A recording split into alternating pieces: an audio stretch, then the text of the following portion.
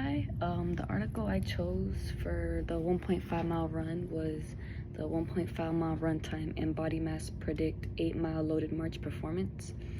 I'd like to discuss the study that explored aspects such as physical performance, specifically in loaded bearing endurance exercises. The focus of the study was to evaluate how the body mass and the 1.5 mile run time predicted performance in the 8-mile loaded march.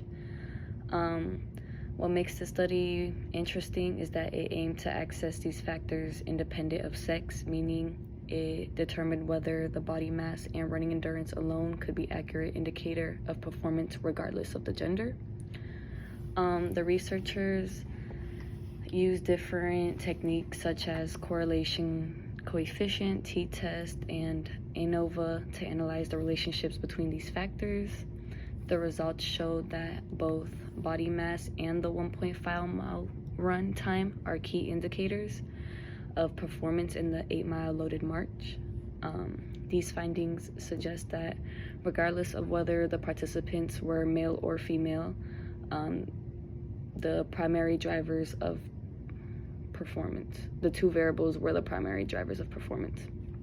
And this underscores the importance of cardiovascular endurance and the body composition in physical tasks that require both strength and stamina under loaded conditions.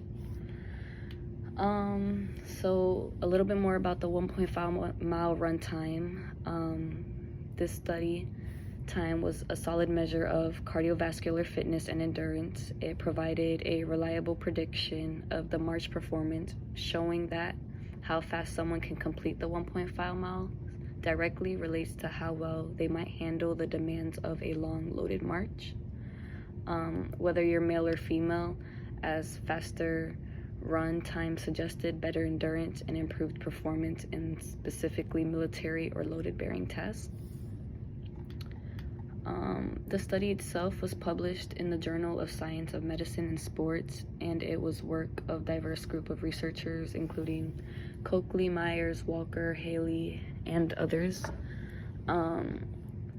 Their collaborative efforts likely brought together expertise from fields such as sports medicine, exercise science, and military performance. The inclusion of multiple departments highlights the significance of the study in understanding physical performance across various settings. As for the type of study, this research was a cross-sectional, meaning it was examined participants' performance at a specific point in time. The participant completed an 8-mile loaded march with their body mass and 1.5 mile run time recorded. The researchers used statistical models to assess whether these factors could predict march performance, all while accounting for variables like gender. The study focus was clear to determine whether body mass and running endurance could accurately predict performance in the loading bearing endurance exercises without relying on the gender-based assumptions. They hypothesized that these two factors, body mass and run time, would be predictive for both men and women alike, and they were right. The results revealed that both variables are significant predictors of the march performance, and which has practical implications for training and evaluation in physical fitness settings. The methods used in the study, by testing both men and women, the researchers ensured that their findings applied across genders, emphasizing that the body mass and cardiovascular endurance are universal factors in performance. This offers us valuable insight for designing training programs or evaluating performances without using their gender differences.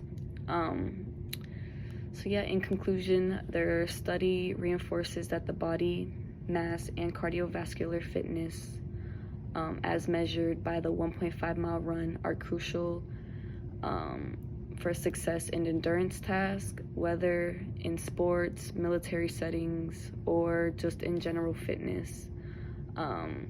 These factors provided by a gender-neutral way to access performance, and the research encouraged us to focus on physical factors that truly mattered when preparing individuals for loaded bearing tasks, regardless of their gender. Thank you.